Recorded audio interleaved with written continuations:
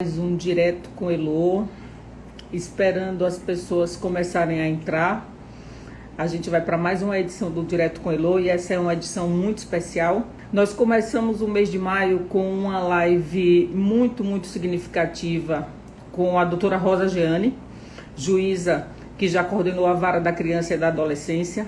E a gente vai terminar o mês de maio na Semana da Adoção, na semana em que a gente tem o Dia Nacional da Adoção, com uma live com a doutora Marlisete, que é psicóloga com doutorado em saúde coletiva, com especialização em psicologia da família. Então, inclusive, a doutora Marlisete está entrando aqui pelo perfil do Instituto Acalanto, que é um instituto que realiza um trabalho de apoio as pessoas que estão cadastradas, que pensam em se cadastrar, enfim, que tem para as suas vidas o projeto da adoção. Então, eu vou ler rapidamente o histórico da doutora Marlisete e, em seguida, eu vou aceitar aqui para ela entrar pelo Instituto Acalanto. Ela é psicóloga com mestrado e doutorado em psicologia clínica e tem pós-doutorado em saúde coletiva. Pioneira em pesquisa sobre a adoção de crianças maiores e técnica voluntária do Grupo Acalanto de apoio à adoção, onde coordena o pré-natal e acompanha grupos de famílias no pós-adoção. Olá, boa noite, doutora Marlisete, seja muito bem-vinda aqui ao Direto com Elô. Me sinto muito honrada, me sinto muito bem-vinda, obrigada. É uma satisfação, Heloísa, estar conversando com você numa data, né, uma semana, né, que a gente vem discutindo adoção e 25 anos do início do Movimento Nacional da Adoção, que foi lá em Rio Claro. Eu estava lá, né, eu me sinto muito orgulhosa por isso também. Então, é uma trajetória muito importante, né, na história da adoção do país. Eu li, doutora Marlisete, eu acho que a senhora deve ter acompanhado. Vou lhe chamar de você, tá? Com certeza, por favor. Não é porque meus cabelos estão agora grisalhos, que eu cortei, assim, estão ótimos, vai me tratar como idosa. Eu li o seu histórico aqui profissional e antes da sua entrada. E a gente já vamos começar a nossa live por algo que eu acho que é o princípio de tudo. Eu não posso começar esse bate-papo sem uma pergunta que é fundamental, principalmente para você, uma profissional com essa experiência, com esses anos de experiência. Como é que você, que acompanhou inclusive esse processo inicial em Rio Claro, como você acaba de nos relatar, como é que você enxerga a adoção como profissional e como pessoa? Sim, eu como profissional, né, quando eu comecei, antes dos anos 90, eu até achava muito piegas a questão de coração, adoção, amor. E aí eu fui trabalhando, fui conhecendo famílias maravilhosas, fui conhecendo projetos de famílias lindas e acompanhando pessoas que hoje são adultos e que eu comecei com eles bem pequenininhos, né, em acompanhamento de famílias, e eu cheguei assim, não tem outra definição. Para mim é amor incondicional. Né? Amar é um projeto que não é de caridade, é um projeto de doação de amor incondicional a uma pessoa já existente. É uma pessoa que é uma escolha responsável, viu? Porque é sustentada no desejo de amar alguém como filho. E é o maior amor que existe, né? Que pode possibilitar um ser, né, um ser frágil, dependente, o desenvolvimento pleno de suas potencialidades como ser humano. Então, a atitude adotiva, ela é uma atitude que nós também temos que usá-la no dia a dia, com as pessoas que a gente encontra nas relações que superam as diferenças. Então, a adoção, a atitude adotiva é considerar o ser humano na sua integridade, sem querer tirar dele aquilo que a gente não gosta, por exemplo. Doutora Marlisete, eu tenho tido muita... você tocou numa questão que eu tenho tido muita preocupação ao abordar esse tema ao longo desse mês de maio, que é não confundir com a caridade, né, inicialmente, mas não dá para a gente deixar de pensar na adoção, né, nesse sistema protetivo que o Estado brasileiro tem e montou, e não dá para pensar na adoção como ligado ou com uma relação com as características socioeconômicas do Brasil, com as desigualdades sociais que a gente tão bem conhece. Como é que você enxerga isso, essa questão? Bom, eu vejo que são vários os fatores, né, que originam essas dificuldades das famílias em adotar os seus filhos verdadeiramente. Eu acho que é muito complicado a gente, como acontecia muito tempo atrás, a pessoa era pobre, por isso que não pôde ter os filhos. Não é isso, né? É muito mais complexo, e a gente precisa se debruçar em cada caso, em cada família, mas isso não acontece na sociedade, as pessoas já vão logo rotulando, né? As mães que entregam são, né, mulheres que não têm caráter. Eu vou depois comentar mais um pouco sobre isso. E nós estamos vendo também uma fragilidade muito grande, né, da rede social, da rede de apoio, que não dá conta dessas mazelas que você até fala, né? E que acaba, né, sempre na pessoa mais frágil da família, que é a criança, que é o adolescente. Então, o que acontecia antes, que a gente pensava, vamos adotar um bebezinho, porque os bebês eram entregues para adoção. Hoje, a maioria das crianças que são destituídas ou que estão no sistema de proteção ainda sem destituição, elas chegaram lá acima de 5 anos de idade. Então, o que aconteceu com essas famílias que elas levaram tanto tempo, né, tanto tempo com seus filhos sem conseguir integrá-los, né, verdadeiramente como filhos e uma família. A família não morreu, a família está em crise, sim, mas não são a família em si. A família é a estrutura mais importante, mais forte que a gente tem como ambiente ideal para o desenvolvimento do ser humano. Então, retirar da família e colocar numa instituição não vai piorar né, a questão do problema dessas crianças que já sofreram tanto. Então, a adoção é a melhor via de integração, de reintegração familiar, integração, porque reintegração seria a volta para a família de origem. Adoção é a melhor via para que essas crianças tenham esses adolescentes também, tenham a segunda melhor chance de se desenvolverem num seio, né, de família, né, estruturada, minimamente estruturada, saudável, que possa lhe oferecer o que ele mais precisa, que é esse amor incondicional, de ser filho de alguém.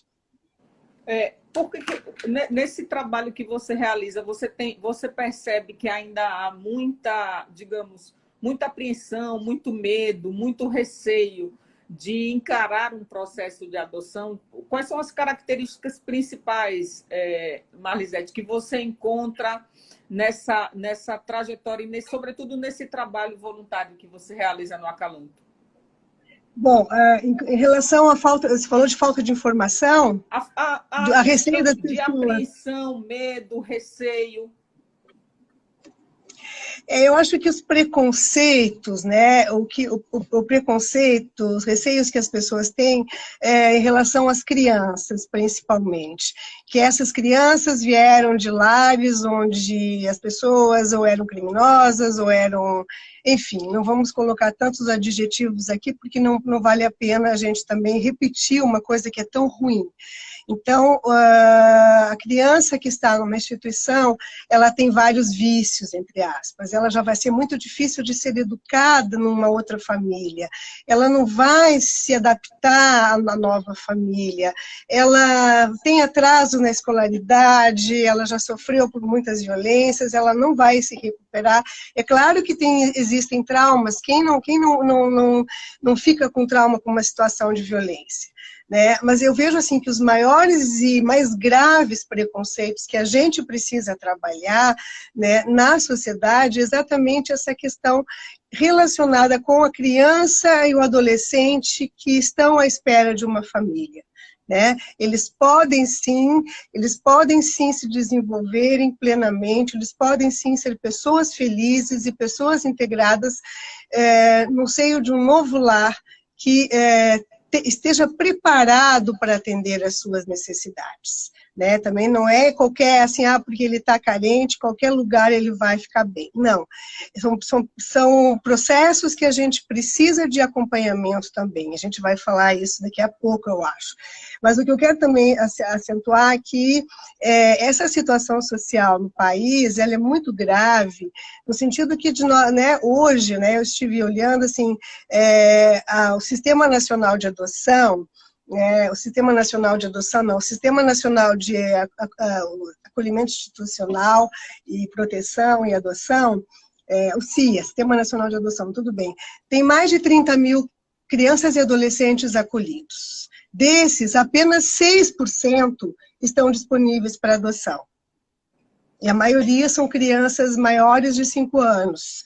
E a gente viu que no ano passado teve uma dificuldade maior de se colocar crianças em famílias. Né? E pelo que se vê, assim, sempre houve uma discrepância muito grande. Então, a dificuldade maior que a gente vê na adoção não está nas pessoas que buscam adotar, porque tem muito mais postulantes à adoção do que crianças disponíveis, apesar de ter uns 30 mil e tantas crianças, e esses números também não estão muito certos. A gente andou discutindo já com outras, né, no Observatório Nacional da Adoção, que quando entrou esse sistema em 2019, muitas crianças sumiram do sistema lá do Rio de Janeiro, de Minas, de outros lugares, né, porque eu estou também no Observatório Nacional da Adoção, trabalhando com alguns dados nesse sentido. Então, a questão da dificuldade no país da adoção é uma questão de agilização de processos também, né, e de trabalhar com a sociedade, para a sociedade entender que a família adotiva é uma família que a gente tinha preconceito um tempo atrás com as mães solteiras, né? Bom, hoje é normal, as mulheres fazem a inseminação e ninguém mais se preocupa que uma filha de mãe solteira, um filho de mãe solteira terá problemas futuramente, porque não teve uma figura, né, de autoridade paterna. Depois a gente teve a dificuldade dos filhos dos pais separados, recasados, descasados, famílias mosaicos. Então a gente tem muitos tipos de família, muitos tipos de filiação. E a família adotiva é uma delas apenas. E a gente precisa entender, a sociedade precisa estar atenta de não colocar um olhar diferenciado para aquela criança com o adjetivo, ela é adotiva. Né? Ela é adotiva, é muito estranho. Até quero colocar um depoimento pessoal aqui. Estava conversando com uma sobrinha e ela disse, tia, mas que bacana, ela viu, né, eu nem sei se ela está aqui, porque eu tirei os óculos, eu não consigo com esse óculos horroroso que eu comprei novo, antirreflexo, e ele está roxo. Já fui para trocar, mas não deu. Então eu não consigo. Quando eu coloco os óculos, eu me sinto terrível. Tem menos de uma semana que eu estou com eles, mas enfim. Falando sobre adoção, ela quando você precisar, você me convida, eu posso participar, ela é uma advogada excelente, tal. Mas nem mesmo, ela é adotiva, eu não lembrava. está entendendo? Estou entendendo. Porque quando a família assume, não tem diferença alguma, não há diferença. Então, a sociedade também, né, está olhando melhor para isso. E eu acho muito bacana, eu acho muito pertinente a gente tratar disso nesse momento. Você tocou em algo que tem total relação com a minha postura e a minha maneira de enxergar. E eu até entendo que, como em quase tudo na vida, a gente tem maneiras diferentes de enxergar um mesmo tema. Né? Isso faz parte do exercício da vida. E eu lendo sobre, para mim é uma interrogação, mãe adotiva, filho de criação, filho adotivo. Muito embora assim, a gente consiga perceber pessoas que acham isso natural, né? Acreditam que não tem problema. Eu tenho digamos que eu estou em consonância, né? Concordo com a maneira como você lê, e não acho bom para a criança a questão de uma criança adotiva. Eu acho que quanto mais a gente naturalizar esse tema, melhor será para ela. Inclusive, eu sou mãe de Maria Vitória, que chegou pelo caminho da adoção, e eu optei por tratar o tema, que ela cresça ouvindo Sim. que a gente fala sobre isso com naturalidade. Né? Eu queria só emitir a minha opinião. E queria que a gente tocasse sobre essa questão do preconceito, porque você fala assim, o preconceito com relação às crianças. Eu tenho uma visão, Marlisete, de que a gente precisa diminuir cada vez mais esse maniqueísmo medieval que nos persegue. E eu acho extremamente ruim e desnecessário, num país com essas características, a gente não trabalhar a mãe biológica, não demonizar a mãe biológica, até porque a gente não conhece as circunstâncias desse processo de uma criança que foi destituída do poder familiar e entregue para adoção. E essa criança, ela precisa crescer entendendo que os seus pais, pai e mãe, e tem essa leitura para que ela também cresça sem essa questão de posicionar bem e mal numa situação em que ela se sinta mais tarde constrangida por querer buscar o fio da meada da vida dela. Eu quero ter estrutura psicológica para apoiá-la em todas as etapas da vida, inclusive se ela sentir essa necessidade num determinado momento da vida dela. Então, eu fiz esse comentário todo para você falar um pouco sobre essa questão que você disse e já anunciou, do preconceito com relação às mães biológicas, do preconceito com relação a essas crianças. Porque vencer preconceitos me parece que é um dos desafios permanentes da humanidade. Sim. Eu vou falar em palavras talvez não tão bonitas aqui, viu, Luísa? Mas a gente costuma falar muito, né? E até que a mãe, a mulher que larga um filho é uma cadela, é uma puta, né? Então, o bendito e o maldito na adoção. Quando a criança ela tem essa ideia de que ela é um filho da puta, porque a puta que lhe pariu, lhe largou, qual a imagem de si que ela vai levar para o seu mundo? Né? Então, e eu ouvi isso literalmente de uma outra parente. Ela não consegue, tinha problemas muito sérios com obesidade, uma série de coisas, que a puta que me pariu. Né? Então, assim, é uma raiva, por quê? Porque a sociedade, né, e ela trabalhava com todas as coisas para comprovar que ela era realmente uma, né, fazendo coisas ruins para a família, né, que a amava tanto.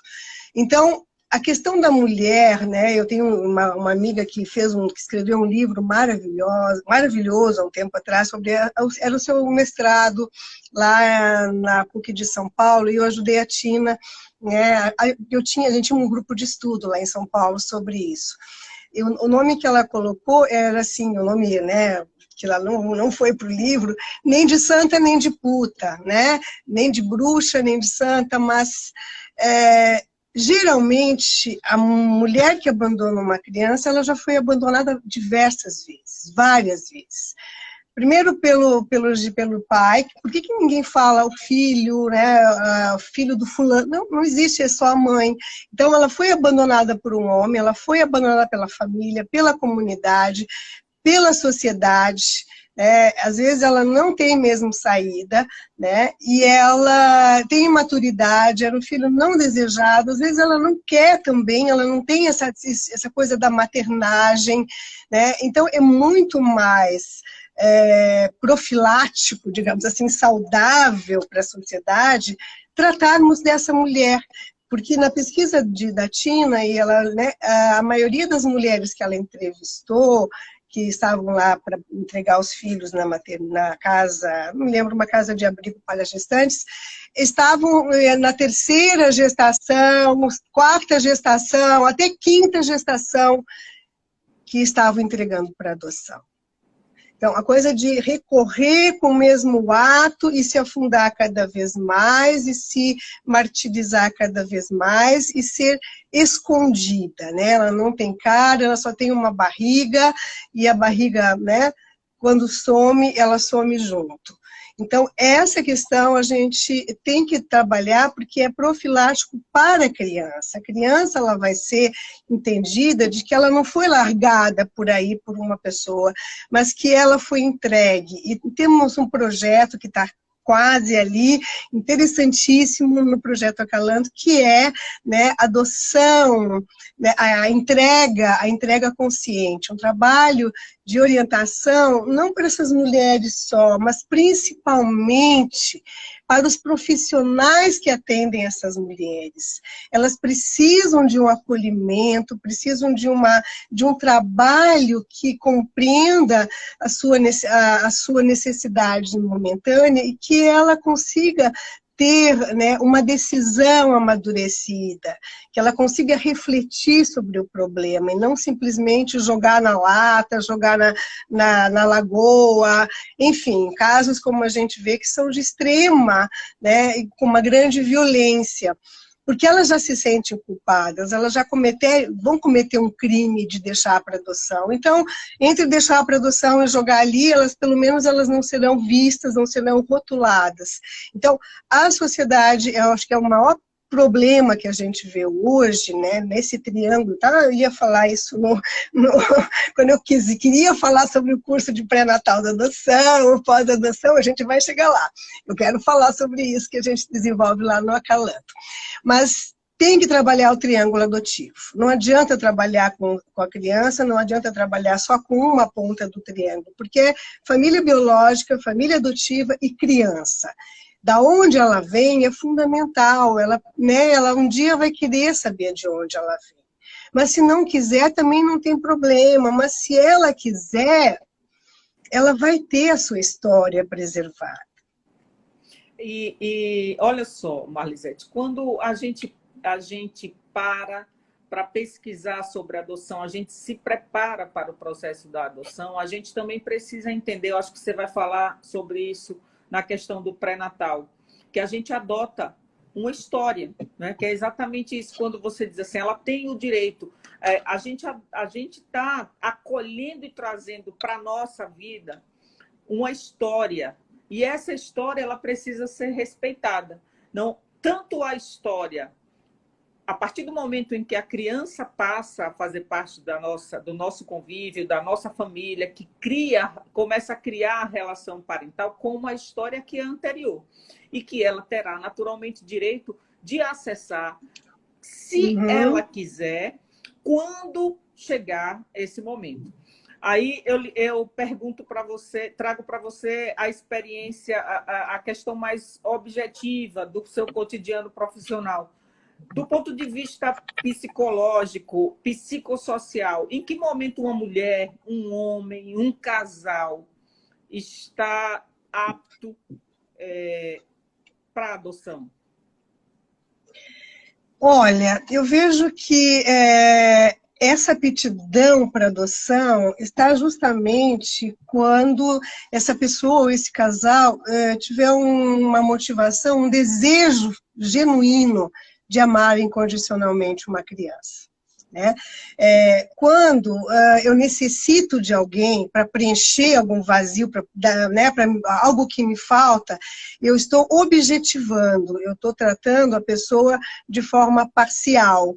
Ele vem para sanar algo, né? É bem pontual esse objetivo.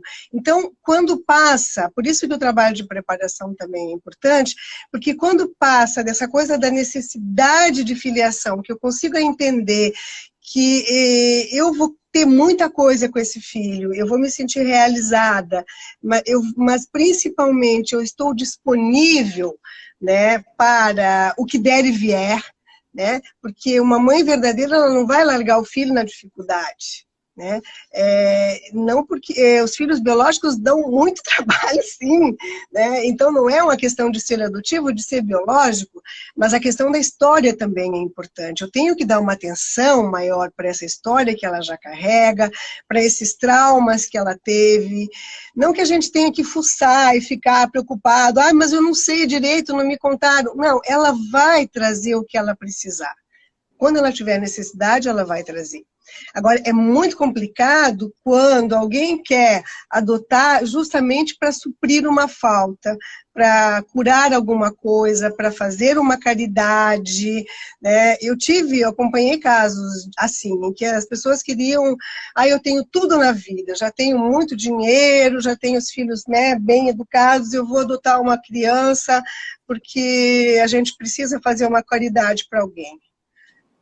Vá levar, vá fazer alguma coisa, vá fazer um padrinhamento, mas filho não é caridade. Né? Então, essas são questões que são muito importantes. E quanto menos, também eu acho que o momento importante, quanto menos características eu pedir no perfil da criança, quanto menos definido for esse filho desejado, melhor vai se encaixar o filho real. É verdade. Né? Então, quanto menos idealizado, melhor vai se encaixar, porque se eu quero... Eu tive uma situação também com um casal que eles tinham preconceito sério com relação à adoção. Muitas pessoas adotam com preconceito. Então, eles queriam uma adoção de uma criança maior, porque eles tinham perdido uma bebê com 1 ano e pouco com anencefalia. Foi muito traumático. Então, eles não queriam outro bebê, mas eles queriam uma criança, né, acima de 2 anos. E aí, parda clara, parda escura, não sei o quê, eles chegaram no acolhimento, eu fui junto lá em Campinas, e a menina veio para o colo deles, e eu observando, e daí... Depois eles falaram para mim, ela é muito mais escurinha do que a gente pensava. Aí eu perguntei para eles, né, assim, qual era a dificuldade? Não, é porque vai ficar na cara que ela é adotiva. E eles não queriam, porque ela vai sofrer. Quando eu penso que o outro vai sofrer e tal, eu estou projetando, eu estou com dificuldade disso. Aí eles falaram, mas tudo bem, vai essa mesmo. Eu falei, não, de jeito nenhum, não vai essa mesmo. Adoção não é algo de segunda categoria, né? Filiação de segunda categoria. Se não tem outra melhor, né? Se não tem outra, vai você mesmo. Aí conversei com eles, eles achavam que iam voltar lá para o final da fila, né, do cadastro. Aí voltaram e adotaram uma menina de 5 anos e eu acompanhei todo o processo também, de ambas as meninas. E essa menina teve a dificuldade de ir para uma família muito abastada, mas com a questão da caridade, né? Porque as pessoas faziam cadastro no judiciário, mas não é aquela coisa de avaliar tintim por tintim, a motivação. Não é a questão econômica, não é a questão de organização, é a motivação para adoção que é importante. E se eles já conseguiram elaborar o filho idealizado, o filho sonhado, o filho biológico, o projeto de filiação que eles tinham, que não deu certo. Então, não é porque eu não posso, é muito difícil adotar um bebê, eu vou adotar uma criança maior. A gente tem que trabalhar muito isso. Para adotar uma criança, né, mais velha, eu tenho que saber todas as questões que estão envolvidas e se realmente isso vai me satisfazer enquanto o meu projeto também. Né? Não é uma segunda categoria. Eu quero muito, né, um celular, mas eu não tenho, né? Tenho esse aqui, né, que eu estou falando. Então, mas eu me satisfaço com isso que eu tenho. Eu aprendo a me satisfazer. Mas na adoção não é assim, na filiação não pode ser assim. Eu não posso colocar, né, um projeto de um filho que não era aquilo que eu queria. E tem uma questão aí, claro. nesse episódio que você relata, tem uma questão aí extremamente delicada, que é o seguinte, é que num país, eu volto a dizer, num país com a realidade da brasileira, é muito comum a adoção interracial, até porque Sim. Nós temos crianças, a grande maioria das crianças abrigadas, elas são negras, né? São crianças negras. São pardas hoje em dia. 65% lá são pardas, ou não identificadas. Graças a Deus não tem essa questão de parda clara. E você sabe, Marlisete, que assim, a própria denominação de parda que o IBGE utilizou e que hoje é bastante questionada, foi uma maneira de diminuir essa autoafirmação da negritude. Né? Por exemplo, na minha certidão de nascimento tem que eu sou parda, mas eu, do ponto de vista identitário, me reconheço como uma mulher negra. Né? Minha filha, Maria Vitória, é uma criança negra. Então, é importante também, até a gente está num movimento que isso precisa ser trabalhado até como uma questão de autoafirmação, né, identitária, e de trabalhar a autoestima, inclusive, das crianças negras. Mas, voltando, a gente tem aí um caso em que essas crianças, elas são a maioria, né, que estão nos abrigos brasileiros hoje. E quando a gente pensa no que chamam, muito embora eu discorde da maneira como isso é tratado, até falei com a doutora Rosa Jeane na live que eu fiz com ela, essa adoção tardia, esse nome tardio, ele não contribui para o processo. E eu queria, na verdade, que você aprofundasse para mim essa questão da sua experiência profissional com estímulo a essa adoção de crianças maiores, né? Que é, na verdade, o resultado da conta não fechar entre o que a gente tem na fila no Cadastro Nacional e a presença das crianças, do número de crianças que a gente tem abrigadas hoje no país. Bom, a questão da adoção, que eu tenho, né, fui a pioneira em estudar adoção tardia, né, e depois eu sempre tenho que falar sobre isso, que é a adoção necessária, né, que é a genuína forma de filiação. O que tem sido tardio hoje é realmente esse processo de colocação da criança em famílias substitutas, colocação de famílias adotivas. Eu não gosto do termo famílias substitutas, né? A adoção, né, que eu fui buscar lá na época que eu comecei a fazer a pesquisa do mestrado, não tinha nada sobre pesquisas com adoção de crianças maiores no país. Aí eu fui lá num texto do Instituto Interamericano del Niño, Nelson Piletti, que falava, a partir de 2 anos, quando a criança começa, na verdade, assim, quando a criança começa a ter uma identidade de si, ela já vai ter uma estrutura diferente de se adaptar numa nova filiação. Então, eu estudei tudo isso como a necessidade da criança de adotar esses novos pais. Ela precisa ter um movimento também, mas nesse movimento ela vai ter momentos de regressão, ela vai ter momentos de intensa agressividade, de retaliação desse vínculo, de teste desse vínculo, e ao mesmo tempo ela vai buscar, veja só, é muito paradoxal, vai buscar de todas as formas, se identificar, né, com os costumes, com os jeitos, até com a maneira de andar, de falar desses novos pais. Quanto maior for a criança, maior esse processo, né, mais complexo esse processo de regressão, de retorno e de identificação com as novas figuras parentais.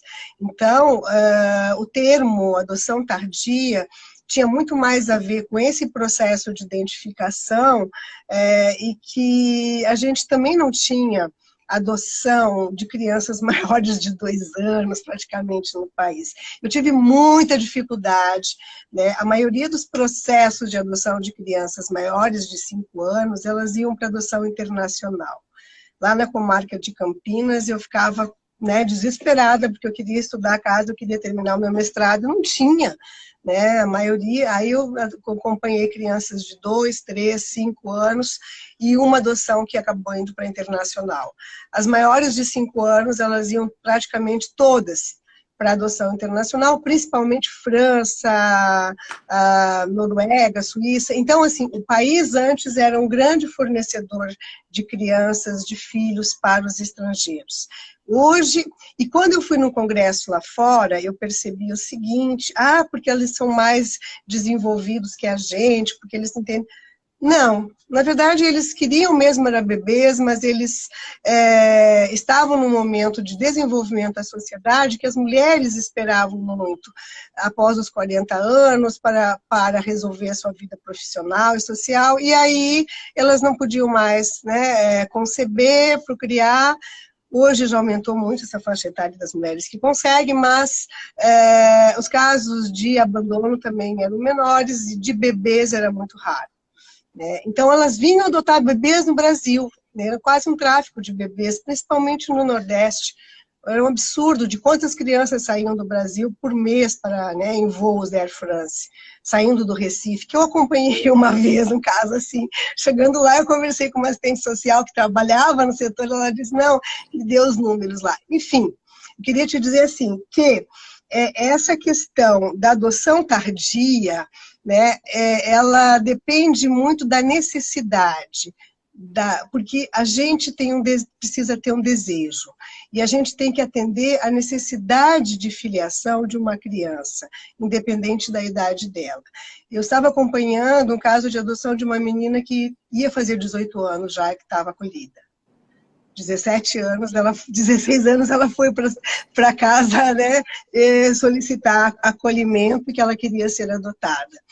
Então, eu acho que é isso que é importante de avaliar, né, esse desejo de adoção genuíno de ambos, mas também que possa atender a uma necessidade do outro de estar numa família. Tá? Então, tem essas questões que a gente precisa acompanhar no pós-adoção também. Claro. E aí eu queria já linkar isso com esse trabalho que você realiza na Acalanto e que nos parece curioso quando a gente pensa, quando eu falo para algumas pessoas, não, é porque ela realiza o trabalho de pré-natal para adoção. Gera uma interrogação. Sim. E assim, como eu conheço esse trabalho do Acalanto, cheguei até você via Acalanto, que é esse trabalho maravilhoso que eles fazem, eu queria que você relatasse um pouco desse trabalho que você realiza lá e decodificasse para a gente o pré-natal e o pós-natal da adoção. Bom, tá certo. O pré-natal, ele começou em 2016, tá? Numa parceria entre o MIT, eu era professora lá, né, até o ano passado, até 19, e no estágio, né, de psicologia clínica, eu colocava estagiárias, a gente trabalhava, né, e montamos esse projeto. Era um projeto de trabalhar, né, com oficinas, eram 5 oficinas muito vivenciais, principalmente tratando das motivações, né, para a adoção, da questão dos preconceitos, né, dos mitos, esclarecimentos e orientações mais aprofundadas até do que lá no judiciário, sobre as questões jurídicas, a gente sempre convidando um especialista na área, a questão da família extensa, a questão da adaptação da criança, né, do processo de vinculação, as questões relacionadas com a adoção de grupos de irmãos, crianças com algum tipo de deficiência, como esses postulantes, esses pretendentes, a maioria já tinha passado pelo curso do judiciário e estava lá para também se fortalecer na troca de experiências, porque era muito bacana trocar experiências, falar sobre as angústias, falar sobre as situações que não deram certo, as buscas que não deram certo, porque alguém me recomendou, eu fui lá pegar a criança, daí fui registrar e não deu certo. Então, essas questões da adoção brasileira ainda aconteciam, né, na cidade, no estado, e eu acho que isso é um momento muito importante também de trabalhar o preventivo. Não adianta você sair correndo atrás desesperado, né, de um filho, na medida que você quer, você vai tê-lo, né, como a gente está na sociedade atual, né, bem consumista, nós precisamos das coisas muito rapidamente, e na adoção não é assim. Então, esse pré-natal, ele possibilitava essa gestação adotiva também, mostrar para as pessoas que elas precisam gestar esse filho, elas precisam gestar algo afetivo no coração, precisam criar um espaço maravilhoso, né, de acolhimento para essa criança que não sabe que sexo, que cor, né, quanto menos idealizado, como eu já falei, maior a probabilidade de haver uma reunião linda entre criança e família. E então essa troca, né, a gente fez 8 grupos, né, durante 2016 até 2019. Aí o ano passado, com a pandemia, a gente parou, porque a gente não conseguiu ver, né, nesse trabalho a gente fazia sempre dinâmicas, tão vivencial, a gente não conseguiu entender ainda se a gente consegue fazer online. Eu já participei de cursos de preparação de pais, lá no Rio de Janeiro, no Amapá, que me convidaram para falas, mas eu vejo que os pais ficam ali assistindo numa passividade muito grande, quase ninguém fala nada, embora sejam muitos módulos, e é bacana também, mas a gente aqui não optou por esperar um pouco mais. Em relação também, existe um grupo que está continuando, que é muito bacana, que era coordenado até então por Célia, que é o Acalantando a Espera. Então, muitos pais que já fizeram o curso, que estão à espera da criança, estão nessas reuniões mensais, né, aos sábados, né, com convidados, às vezes com temas, outras vezes com debates, né, mas sempre tem convidados, eu acho, no Acalantando a Espera. E depois, quando a criança chega, a gente vai trabalhar no pós-adoção. Esse pós-adoção eu comecei no ano passado, logo com a pandemia, a gente, vamos lá, vamos fazer assim. Conseguimos fazer um encontro presencial, que foi bem bacana, todo mundo lá de máscara, foi quando estava mais calmo no final do ano, e foi um momento maravilhoso, a gente tem um vínculo muito forte. Patrícia está dizendo aqui que faz parte desse grupo, viu? Patrícia faz parte do grupo, a Patrícia faz parte do grupo do Acalantando a Espera, né? Exatamente. Ela não está ainda, do Acalantando a Espera. E do grupo de pós-adoção, vários grupos de apoio à adoção estão, né, com esses projetos, porque é importante trabalhar com aquelas questões que a minha pesquisa apontou e que outras pesquisas apontaram da mesma forma. é necessário, né, dar um suporte para os pais, porque os pais muitas vezes precisam ser refratários aos ataques, às raivas, né, que não são para eles, são para toda a situação passada, né? E então, quando adolescentes, então, que estão numa fase de grandes mudanças e novas mudanças, então, são várias crises situacionais e evolutivas ao mesmo tempo que estão acontecendo, né, na família. Então, é um trabalho de suporte, é um trabalho de orientação para o que está surgindo naquele momento. É um trabalho, às vezes, que ficam as mulheres lá falando, a gente é muito gostoso. Eu gosto demais, até estávamos comentando na diretoria que eu sou muito apaixonada por esse grupo, né? Que, eles são, assim, né? É importante aprender com eles, porque cada família é um universo maravilhoso para a gente aprender com eles. Eu não sou mãe adotiva, né? E eu até nem queria trabalhar como voluntária em grupo de apoio, só como, né, assessora e tal, porque eu acho que os pais adotivos têm muito mais essa vivência para demonstrar e para trocar e tal.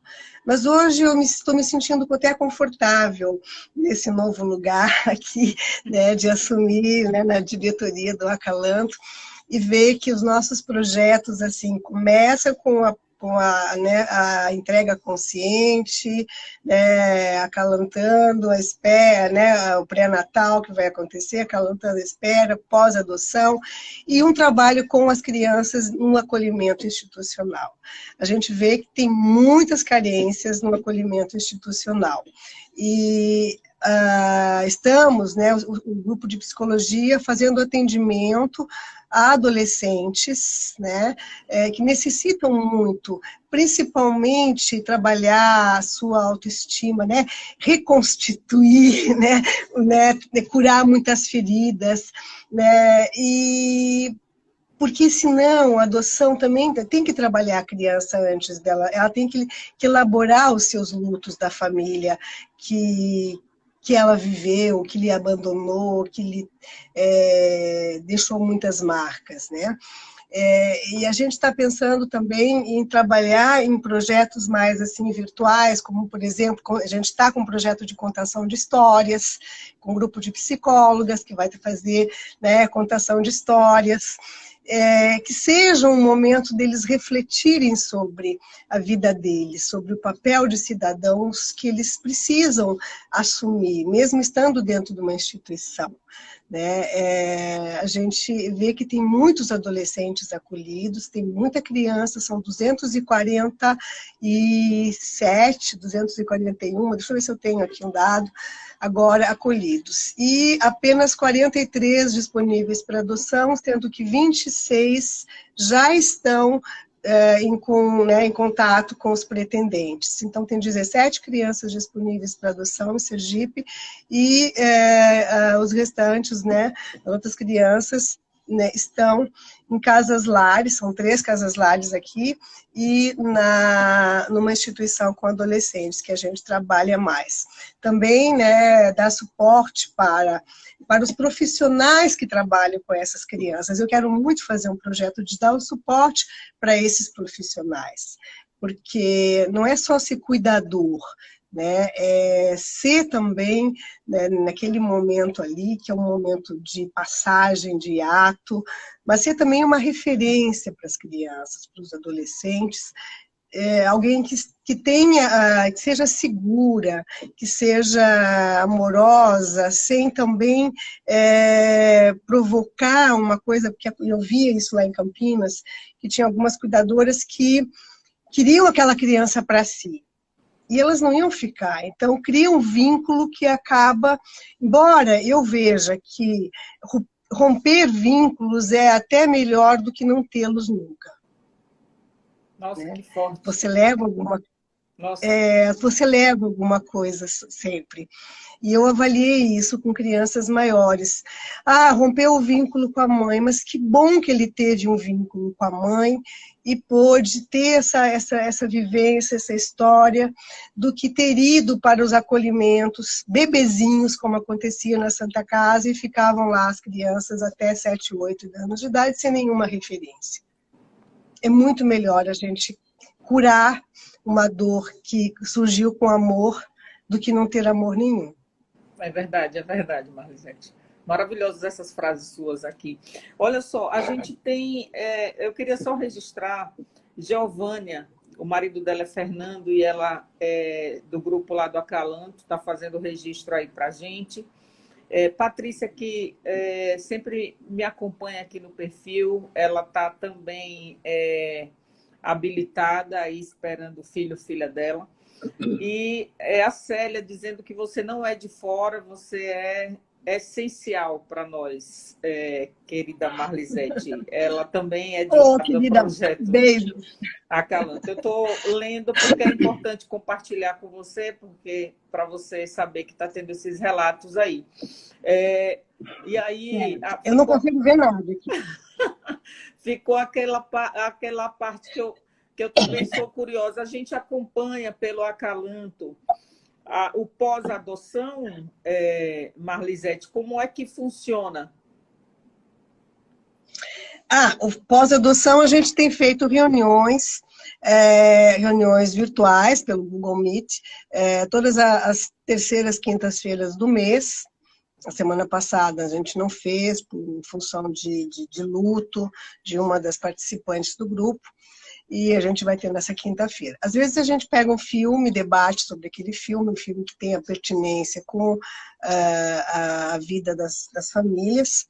E todas as quintas-feiras a gente também tem subido no grupo, a gente tem um grupo do WhatsApp que debatemos por lá também, um texto, uma mensagem. Então, eu quero manter semanalmente esse contato com eles e mensalmente a reunião virtual, que é de 1h30, mais ou menos. Olha só, na verdade, só para ajudar a esclarecer, a Célia, ela é a presidente hoje do Instituto do Acalanto. A Marlisete está como vice-presidente, elas colocaram aí na reunião. Eu queria dizer o seguinte, que eu cheguei a Marlisete via Acalanto e que eu já conhecia o trabalho do Acalanto.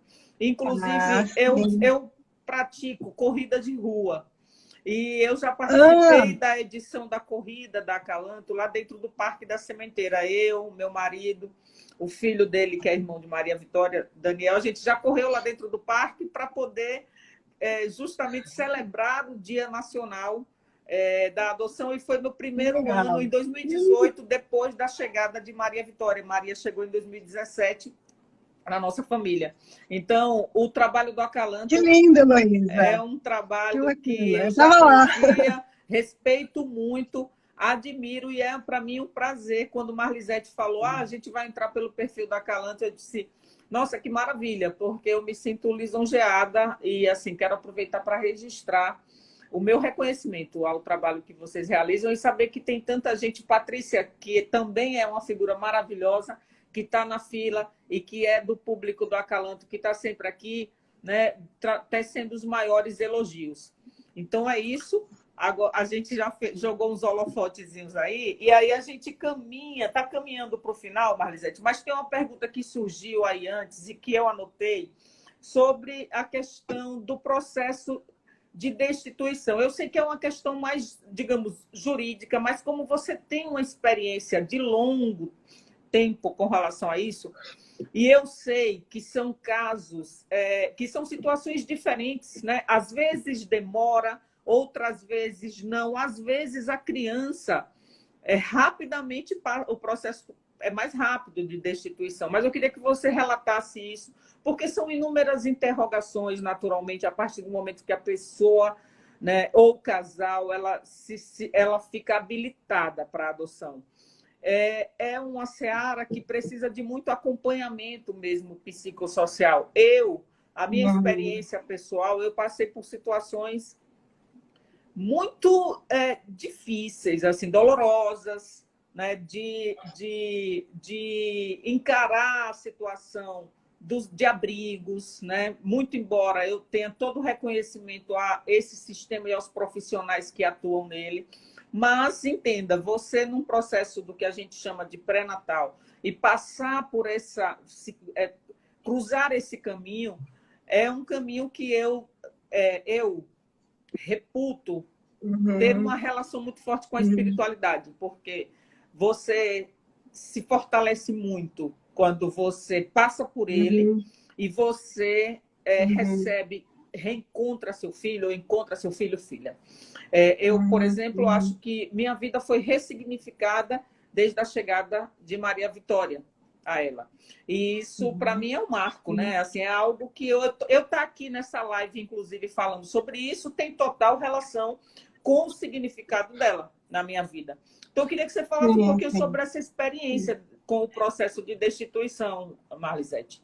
Bom, eu comecei, né, o meu primeiro contato, só para contar historicamente, meu primeiro contato com a adoção, na verdade, foi com destituição. Eu estava lá na prefeitura de Blumenau, surgiu a primeira secretaria da criança e do adolescente, eu trabalhava, né, num outro setor, fui transferida e fui cedida para fazer avaliações que não tinha na vara de infância e juventude, avaliações de crianças que estavam em acolhimento institucional, que estavam no abrigo, né, naquela época era um asilo praticamente, e que o juiz estava querendo fazer a destituição, mas ele precisava de um laudo técnico. Então, fui lá, eu, psicóloga, fazer a avaliação das crianças, né, e foi muito complicado, porque tinha uma família com 5 crianças que estavam acolhidas, e dois gemelares, e era muito complicado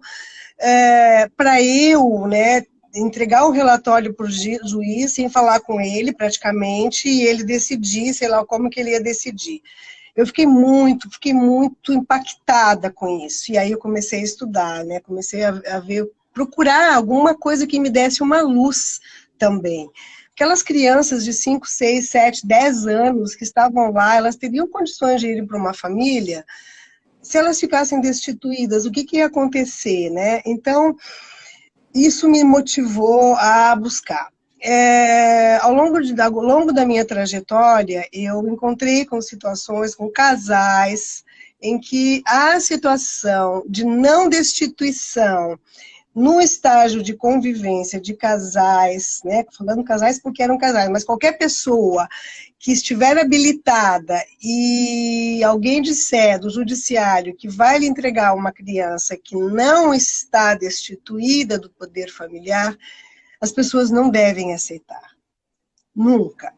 Porque sempre é uma situação que acaba porque nós estamos vendo vários erros do judiciário acontecendo de tempos em tempos, e são erros assim que a gente, como que pode, depois de 7 anos de convivência com uma família, a juíza quer devolver a criança para a avó, no caso da, né, Minas Gerais, da Vitória, tá, em Minas Gerais, da Vitória fica Duda, sabe? E eu tive também situação assim, de uma família que veio para mim com uma menina de 5 anos, muito mal, quase todas as situações, na verdade, que eu acompanhei na clínica, que eu atendia lá em São Paulo, né, ai, desculpa, caiu aqui meu negocinho, deixa eu arrumar, deu, quase, eram de processos mal conduzidos, né?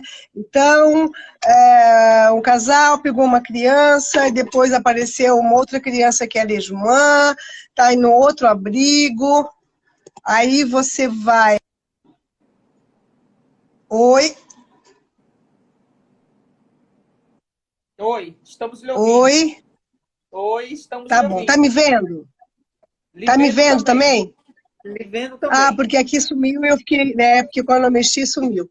Então, nunca dá certo. A questão da destituição do poder familiar é uma questão que também os grupos de apoio precisam ter um trabalho também mais de acompanhamento, né, nos casos das crianças que estão acolhidas, que muitas vezes elas ficam esquecidas. Eu fiz pesquisas Em 2005, 2010 e 2015, em todos os abrigos. Primeiro foi nos abrigos de Aracaju, em 2005. 86% das 311 crianças e adolescentes que estavam acolhidas não estavam disponíveis para adoção. Então, elas ficam lá envelhecendo, né? E tanta gente podendo, né, dar para essa criança o que ela realmente necessita. Muitos casos também já fecharam aquelas instituições que eram assim, instituições como um internato, as crianças, as meninas ficavam a semana toda e no final de semana iam para casa. Mas era um internato, sabe, um internato que não tinha, né, ia se perdendo o vínculo das famílias. As famílias são acolhidas que ficavam visitando os filhos de 15 em 15 dias, 2 horas a cada 15 dias. Que vínculo vai se manter depois de um ano acontecendo isso? Então, a gente via tantos problemas nas instituições de acolhimento, várias leis já foram, né, não só a lei, a questão assim da regulamentação de procedimentos avançou muito, tem avançado, mas a questão da execução disso precisa que a sociedade, e isso também o Acalanto está fazendo, de trabalhar com essas crianças, de trabalhar com esses adolescentes, de dar para eles o mínimo indispensável para eles viverem naquele lugar. Né? Porque muitas vezes as instituições não têm recursos também. Né? Falta até questões de higiene para eles, né, itens, mas principalmente o que a gente quer dar é esse suporte psicológico, pedagógico, né, social, que é importante. E agora com a pandemia, a gente não está tendo condições de fazer muito trabalho, além do que é feito há muito tempo já, que são os aniversários, que se leva... A cada aniversariante se prepara uma festa de aniversário. O Acalanto fazia isso só em Aracaju e agora está também expandindo para as instituições do interior. Que é uma coisa muito linda também. Agora também o projeto de fazer o seu álbum com fotografias, né, impressas, né, bonitinha com o nome deles, que eles vão levar para a vida deles, essa história que não pode ser, né, essa história que não pode ser desvalorizada do jeito que tem sido há muito tempo. Quando eu fiz estágio com as minhas alunas lá no Abrigo Sorriso, né, que chamava assim, eu instituí essa ideia das fotos, do diário da criança, cada uma com caderninho, como a gente comprou, fez as capinhas com fotos e tal. Passou um tempo, a gente perguntou onde é que estão, os que já foram, levaram, os que estão, continuam mantendo. A gente nem sabe que isso existiu. Foi uma resposta que eu ouvi. Então, a gente tem que continuar, entendeu? A gente não pode desistir. A gente não pode desistir das crianças. A gente tem que estar sempre, né, reabastecendo e mantendo eles cientes de que eles não estão sós aqui na sociedade, e que tem um grupo, que tem pessoas como você e outras pessoas que podem ter essa visibilidade social de falar mais sobre isso. Porque eles são esquecidos. E tem também um projeto de busca ativa que várias comarcas fazem, com fotos, com histórias das crianças, mas está sendo muito difícil para as crianças serem adotadas. Não é difícil de adotar, é difícil delas serem aceitas e serem adotadas. Né? Então, tantas as barreiras para chegar até lá, e elas não têm acesso. E esse relato que você faz, ele é extremamente marcante, porque me ocorreu o seguinte, Marlisete, quando o Jorge, meu marido, fez 50 anos, a gente pediu para os convidados que trouxessem como presente brinquedos e roupas infantis. E aí depois, a gente pegou depois tudo que chegou e a gente levou lá para o abrigo, para o Sorriso, que você está falando.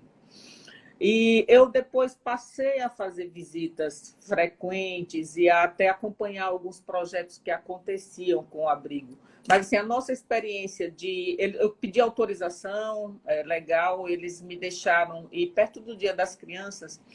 E eu me emociono até hoje quando eu lembro, porque a necessidade de acolhimento daquelas crianças, a necessidade de perceber assim, chegou alguém, esse alguém, será que vai gostar de mim e vai me levar? É claro, a gente não estava nem habilitado naquele período. Sim, as crianças diziam, tia, você veio me buscar.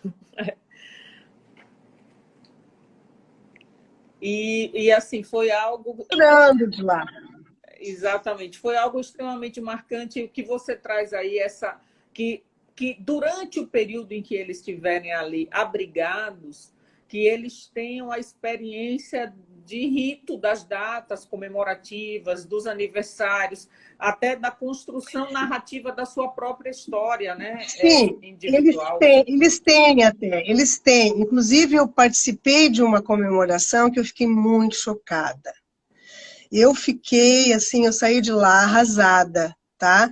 Como pessoa, porque eles fizeram uma festa para o Dia das Mães para aquelas crianças. E as mães não foram. Tinha o padre, tinha um monte de gente da sociedade que estava lá, que foram convidados, políticos, e eles sentadinhos lá, né, com algum presentinho na mão, tá? Para comemorar, né, e aí os discursos que foram feitos. Ai, meu Deus. Sabe? Então a gente precisa ter muito mais sensibilidade para oferecer para a criança aquilo que ela realmente vai precisar. Né? E isso das visitas eu acho muito importante, mas às vezes, né, a gente não está dando para ela, né, o que ela precisa, mas ela né, ela fica sempre nessa expectativa, a gente não pode atender essas expectativas.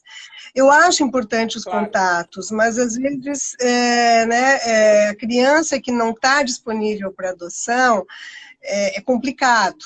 A criança que está disponível para adoção, sim, mas lá você chega, você não sabe, né, como é que é a situação de cada um. Às vezes nem os funcionários sabem como é que é, né?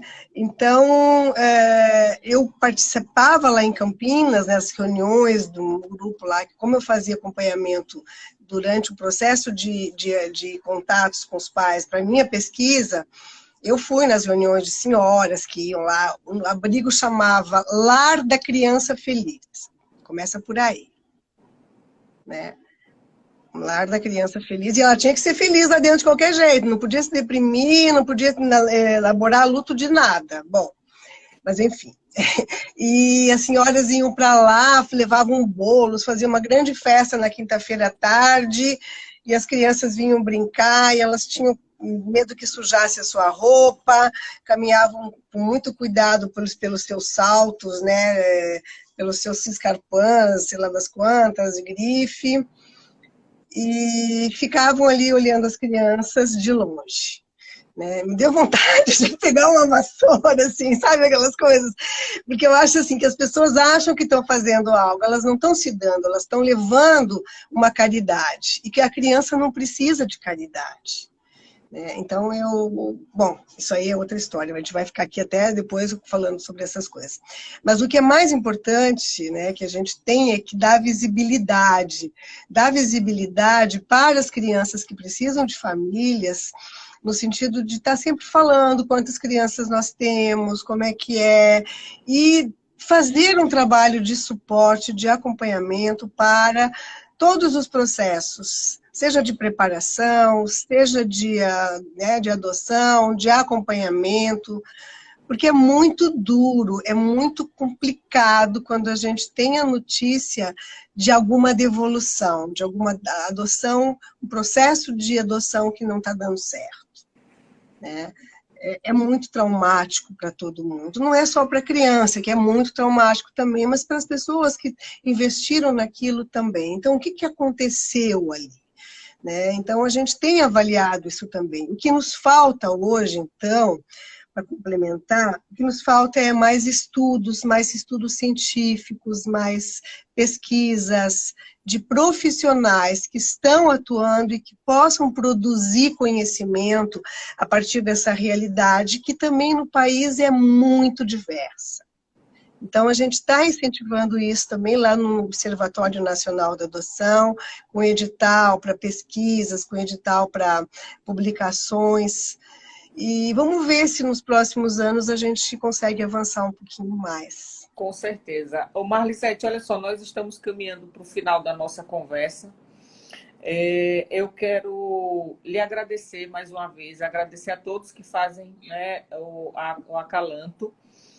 Quero dizer que essa live aqui, para quem está nos acompanhando, vai ficar salva no IGTV e eu vou subir esse conteúdo para o YouTube na quinta-feira, às 19 horas, em decorrência de amanhã ser o Dia Nacional da Adoção. A gente está tratando esse tema ao longo do mês de maio e vamos continuar tratando, porque, para mim, é um tema que a gente precisa falar no cotidiano para ajudar a quebrar, vencer preconceitos, vencer tabus, mas, sobretudo, a consolidar esse caminho como um caminho possível e até natural para se constituir e se formarem famílias a partir dos laços de afeto, de amor e da construção da parentalidade. Um tema sobre o qual a gente está falando tanto, inclusive para aqueles que têm filhos biológicos. Então, e aí...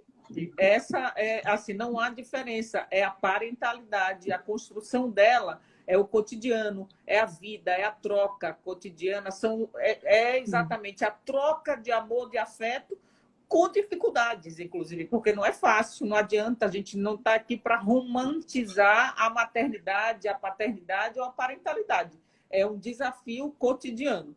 Eu quero... Daniela Del Canto, querida, um beijo. Ela foi sua aluna, viu, Marlisete? Está aqui jogando confete. Adoro!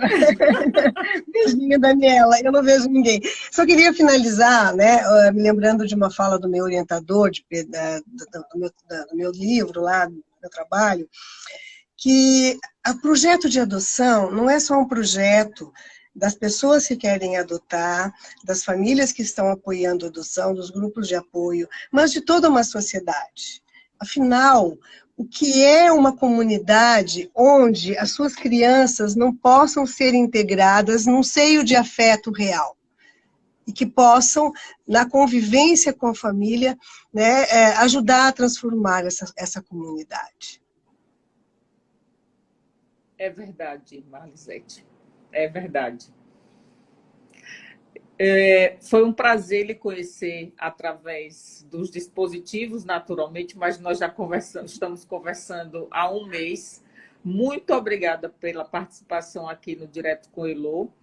Vida longa ao Acalanto, vida longa ao trabalho que vocês realizam. Contem comigo sempre que precisar, para o que puder, nesse trabalho comunicacional que eu estou realizando. Um beijo grande para vocês. Obrigada porque cada uma, porque a predominância é do público feminino, cada uma e cada um que nos acompanhou aqui nessa live no Direto com Elô.